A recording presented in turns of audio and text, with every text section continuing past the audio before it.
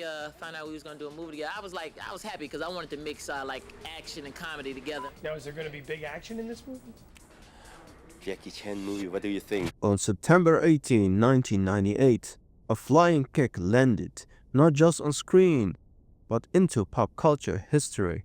With a budget hovering around $33 million, Rush Hour stormed the US box office, racking up $245 million worldwide. It wasn't just a hit, it was a statement. New Line Cinema had found lightning in a bottle, a cultural mashup driven by two stars who couldn't be more different, yet somehow felt perfectly matched. Director Brett Ratner, who had just come off Money Talks with Chris Tucker, leaned into the buddy cop formula, and audiences followed. Critics were split. Gene Siskel praised the sharp script, Ebert the action, and both agreed Tucker and Chan had chemistry. Others weren't so impressed. Bayari called it crazy. Entertainment Weekly gave it a C- writing, a union of demographics. The urban market meets slapstick kung fu. But if critics were divided, audiences weren't. People lined up, laughed, and kept coming back. For Jackie Chan, though, it was complicated. In 2002, while promoting The Tuxedo, Chan told the LA Times, "I didn't like Rush Hour. It's too much talking. In my Hong Kong movies, it's bam bam bam, Jackie Chan style." Chan appreciated the friendship with Tucker and grew close with Ratner. But for him, Rush Hour was an American compromise. More drama, less danger. The stunts were safer, the fights tamer. Still, the success couldn't be denied. Two sequels followed, Rush Hour 2 in 2001, Rush Hour 3 in 2007. This one is for Mandela! Would you please come with me? Tell me what you cops are looking for. Just taking in the size. Jackie Chan says Rush Hour 4 is happening. Say it from right here with some soul. Rush Hour 4 probably... Rush Hour 4? When Next year? Next year? Next year. A fourth has been teased for years, but remains stuck in development's limbo after sexual misconduct allegations against Ratner during the Me Too movement. The franchise's momentum stalled. Today, a fourth film is still just talk. But even if the fourth chapter never arrives, Rush Hour lives on, and catchphrases, fight scenes, and late-night rewatches. A film where two men barely understood each other and somehow made millions of us laugh, cheer, and want just one more ride. By the mid-90s, Jackie Chan was already a legend, but mostly in the shadows of Western moviegoers. Action fans knew the name, the stunts, the legend, but the mainstream not yet. Back home in Hong Kong, Jackie was unstoppable. In the West, he was a curiosity, a myth, a man whose voice was often dubbed, whose films were cut, rescored, and softened for American ears. Brett Ratner, a young, hungry director with one feature under his belt, was a fan, a real fan, and he had an idea. Russ Lamanana's 1995 Rush Hour script had been circulating the studio system as a spec, an unproduced screenplay with promise. New Line Cinema, fresh off Money Talks, was willing to roll the dice again with Ratner, and he knew exactly who should play the lead. Ratner flew to South Africa to meet Jackie face to face. What he didn't know, Jackie had already read the script, and all the offers pouring in from Hollywood. I sent him a copy of Money Talks, and I think what it was that Money Talks was a real movie, with a beginning, a middle, and end, with characters, with a great storyline, and you know, he said, "Brett, Hong Kong directors don't understand story. They understand action. You understand story. You do story, I do action, okay?" This one felt right. Jackie sells something he didn't always get in Hong Kong, a full character, a complete arc. He told Ratner Hong Kong directors only understand action, but you understand story. Ratner didn't want Jackie to be the sidekick. He wanted a partnership. Equal footing, one man from Hong Kong, one man from LA, not clashing against each other, but learning from each other. Originally, Martin Lawrence was eyed for the card role. Me and my manager at the time, we was looking for something bigger and seeing what the studio had. And they said, well, when we want to partner up with somebody else, they said, we got Jackie Chan's got a project and but they're looking at somebody else. I think it was Wesley Snipes, Martin Lawrence. Damn. What do you win? 350? I bet you a big Popeye chicken eating motherfucker, ain't you? A few other people, and they said they're looking at other people, but maybe it might work. But that changed where Ratner thought of Chris Tucker, a comedian with the speed of Eddie Murphy Say, man, y'all seen Lil A? and the soul of Richard Pryor. He was wild, he was unpredictable, and most of all, you could match Jackie's energy with his own kind of chaos. Tucker didn't want to play just another loudmouth. He drew from Eddie Murphy's Axel Foley, part cop, part clown. You think I know that if I was some hotshot from out of town that pulled inside here, and you guys made a reservation mistake? For this? Yeah. Where is it? Where's that? It's Where? All charisma, the chemistry instant, the cultural barriers real. Jackie was nervous about speaking English on screen, but Brett Ratner pushed him to it. No dubbing, just Chan, raw and real. What's up, my nigga? Jackie stepped into uncharted territory. A full English-speaking role, not dubbed, not safe, but his. As Rush Hour geared up for production, Miramax re-released Jackie old hits, but fans noticed new dubs, cleaned up dialogue, less of the old Jackie, more of the American version. This wasn't just Jackie Chan entering Hollywood. It was Hollywood finally meeting Jackie Chan on his terms, with a new voice and the same fist of fury. Before he was Detective Carter, Chris Tucker was commanding stages one laugh at a time, with a razor-sharp timing and a voice like a firecracker. Tucker had carved out a space for himself, not just a comedian but a rising star. When it came time to cast Carter, New Line had options. Eddie Murphy, too expensive. Wesley Snipes, too intense. Martin Lawrence, almost. Chris Farley, rumors swirled after his death in 1997. But the truth, he was never seriously in the running. The decision has already been made. This movie would live or die on the spark between an Asian star and a black comedian. Tucker respected Jackie, but he also brought something Chan didn't: the beat of American comedy and the soul of a lifelong Michael Jackson fan. Their friendship was real, so real. Chris would end up in one of Michael Jackson's final music videos at the height of his own Rush Hour fame. But Rush Hour wasn't just about the two leads. It was fully loaded cast. A blend of veterans, character actors, and hidden gems. T. Ma plays Ambassador Han, a veteran of American TV. You've seen him in everything from Dante's Peak to Arrival to Mulan. Tom Wilkins, aka Jin Tao, British elegance with a twist. By day a diplomat, by night the biggest crime lord in Hong Kong. Wilkins had just come off the full Monty, now was playing dirty. Ken Long plays Sang, Jun Tao's enforcer. You know the face from Lost to Sopranos, from X-Men 3 to The Force Awakens. Sang doesn't say much, but you remember him. Elizabeth Penna, Detective Johnson, a strong LAPD bomb squad tech with real presence. Penna, who had already built a career on American TV, gave the film its emotional center. It brought warmth to Carter's chaos. Mark Rolston, FBI Agent Russ. He plays in Aliens, Shawshank Redemption, The Departed. If your movie needs a hardened Fed with a mean streak, you can call Mark Rolston. Rex Lynn, the FBI Agent Whitney. Seen in every 90s action flick under the sun. Cliffhanger, White Earp, Long Gives Good Face, a face that says don't mess with me. Together, this cast brought Rush Hour to life, a perfect blend of chaos and class, energy and elegance. But it was the fusion of Chan and Tucker that made the magic happen.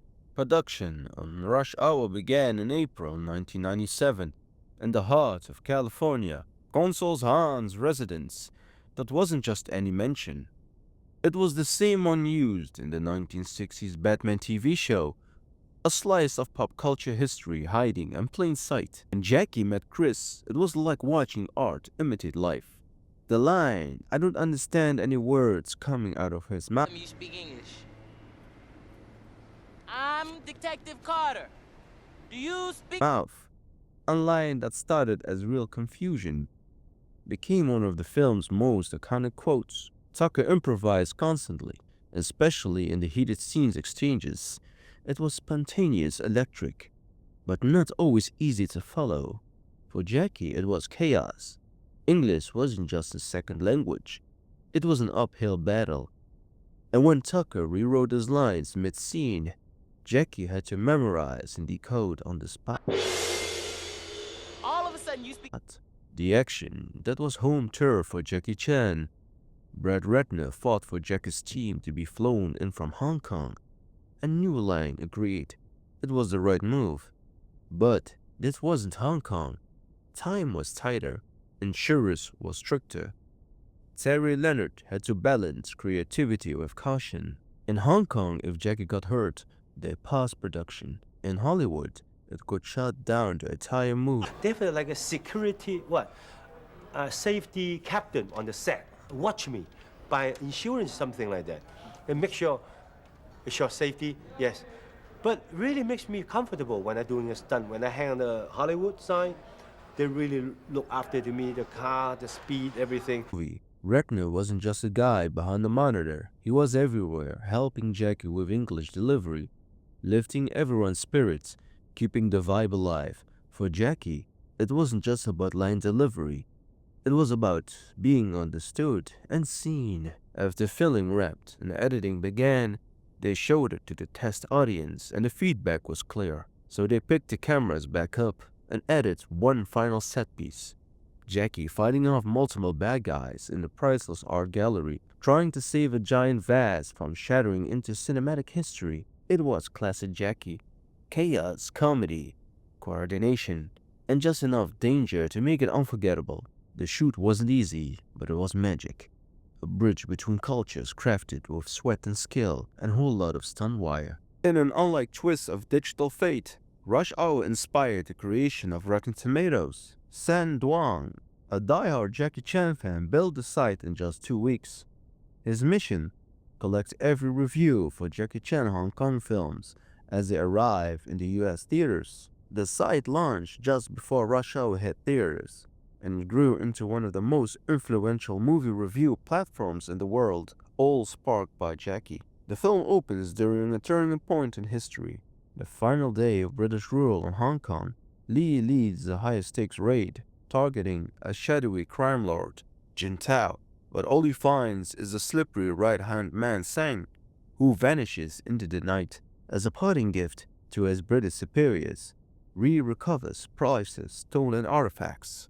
Soon after taking up his diplomatic post in Los Angeles, Consul Han's daughter Su Young is kidnapped. The FBI refuses help from the Chinese government, but Han demands his man Lee. Enter Detective James Carter, LA detective with a flair of chaos and a knack of getting people hurt. To avoid suspension, Carter's tricked into babysitting, watching over a foreign detective who speaks very little English and has no patience for American nonsense. What starts as a sightseeing tour quickly spirals into a full-blown investigation. Lee doesn't play by the rules, and Carter doesn't even know what the rules are. By dumb luck, Carter becomes the point man on a 50 million ransom drop. Not bad for a demoted street fires. The FBI sting backfires. Sang disappears, but leaves behind the clue, the detonator. All leads point to a Chinatown restaurant. Carter walks in no time, and Lee saves him.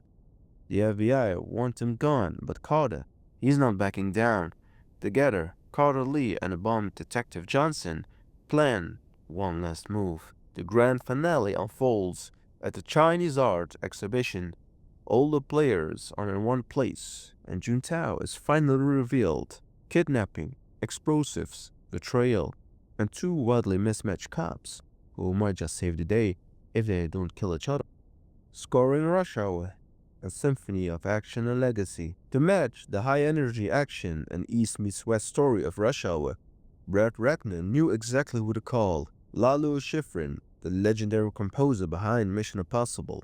And of course, Enter Lalo. Ratner already worked with Lalo on Money Talks, and he considered Enter the Dragon one of his favorite films of all time. He asked Lalo for the impossible, Give me the Enter the Dragon of the 90s.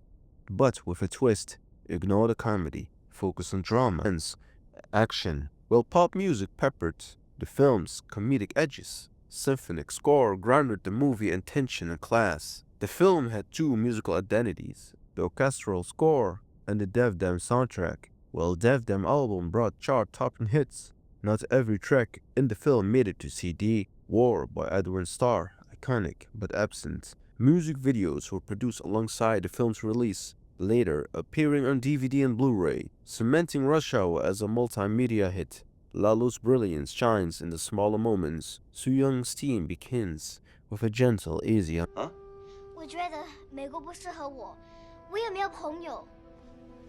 motive, then swells into a rich, emotional climax.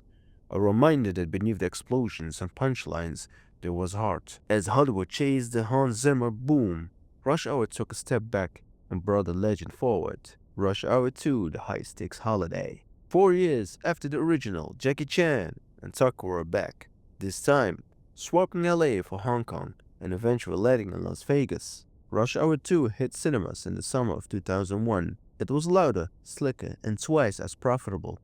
The buddy cops were now global icons. The Blood, a counterfeit conspiracy involving the Chinese triads. It wasn't exactly reinventing the genre, but the ride was still a blast. The characters turned up the volume. Chris Tucker came in hot, firing one-liners, dance moves, and Michael Jackson impressions at light speed, but under mist. But this time he was less the underestimated cop and more the cartoon. Jackie brought his signature flair. The stunts were wilder, the danger were real, and the charm intact. No wire work, no CG, just Jackie being Jackie. And the villains, cool, deadly, and stylish. Zhang Ji was fresh of crunching-headed tiger, and she brought the pain. The final act played out in Vegas, where the glitz matched the chaos. And just like the first film, Rush Hour 2 gave us the best kind of ending. Laughter, blooper reels, and the duo still going strong. 6 years passed, the world changed, but Carter and Lee were back. By 2007, Rush Hour 3 finally arrived, but the energy didn't quite follow. Chris Tucker made headlines before cameras even rolled. $25 million, the biggest payday for an actor at that time. He knew the studio couldn't do it without him, and cashed in. The film had everything on paper, a globe-trotting mystery, returning characters, and the same old chemistry, but the formula was wearing thin. Same jokes landed, others felt like reruns. Jackie got a bit more action this time around, but his US box office power has started to fade thanks to a string of flops like a Tuxedo and a Medallion. The numbers were terrible, but the franchise was running on fumes. I saw Rush Hour in the cinemas when it dropped. I was already deep in Jackie Chan's world. Growing up in the 90s, Jackie Chan was the guy. The stunts, the slapstick timing, no doubles, no CG. Rush Hour wasn't just another action comedy. It was Jackie's breakthrough into Hollywood mainstream, a buddy cop formula fused with Hong Kong cinema energy. It was lightning in a bottle. Tucker and Chan, polar opposites in rhythm and style, but perfectly in sync on screen. There were better Jackie Chan films. There were sharper buddy cop stories, but Rush Hour had heart, laughs, and introduced a new generation to the legend of Jackie Chan. It wasn't just funny. It wasn't just action-packed. It was unforgettable. Before Rush Hour, Jackie was already a legend. You just had to be digging through your local video shop to know it. With the release of Rumble in the Bronx and VHS, Jackie finally broke into the United States. No longer just a cult hero for action fans, but know someone your uncle and your little cousin knew. By 1998, the buddy cop genre had been done to death. Just 3 months earlier, Lethal Weapon 4 had hit theaters. But Rush Hour found something new, but do something simple. Play to your actor's strength. Jackie brought the martial arts, the charm, and the physical comedy. Tucker brought the mouth, the wit, the timing.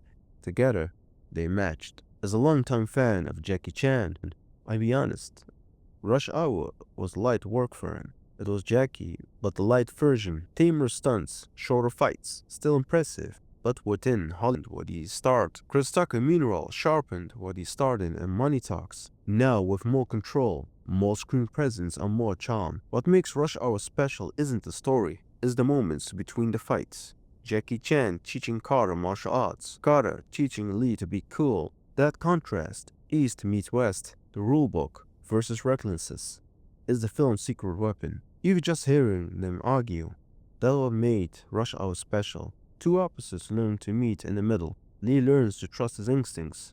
Carter learns how to work with somebody else. And somehow in the middle of all that, we learn something too. Over 25 years later, comedy's changed. A lot of our Rush Hour jokes wouldn't fly today. The stereotypes, the insults, the cultural digs. But context matters. Rush Hour never felt cruel. It felt like two cultures clashing and eventually laughing together. Let's be real, the villains in Rush Hour aren't exactly terrifying. Zhang stumbles his way through the scenes and Griffin, played well by Tom Wilkins, still falls in the classic Bond villain trope. Here's my entire plan before I get arrested. But visually the film shines. Brad Ratner knew how to frame action, how to shoot Jackie, and how to let this franchise. It's just a shame Chris Tucker didn't stick around outside this franchise, and that Jackie, already in his 40s, didn't get the full Western spotlight until it's nearly too late. Rush Hour wasn't just another body cop movie. It was a window, a glimpse of what Jackie Chan could do when finally unleashed in Hollywood. It was a showcase for two performers who, despite being completely different, made movie magic. If you enjoyed this retrospective, let me know. Hit that like button, smash the bell icon, and stay tuned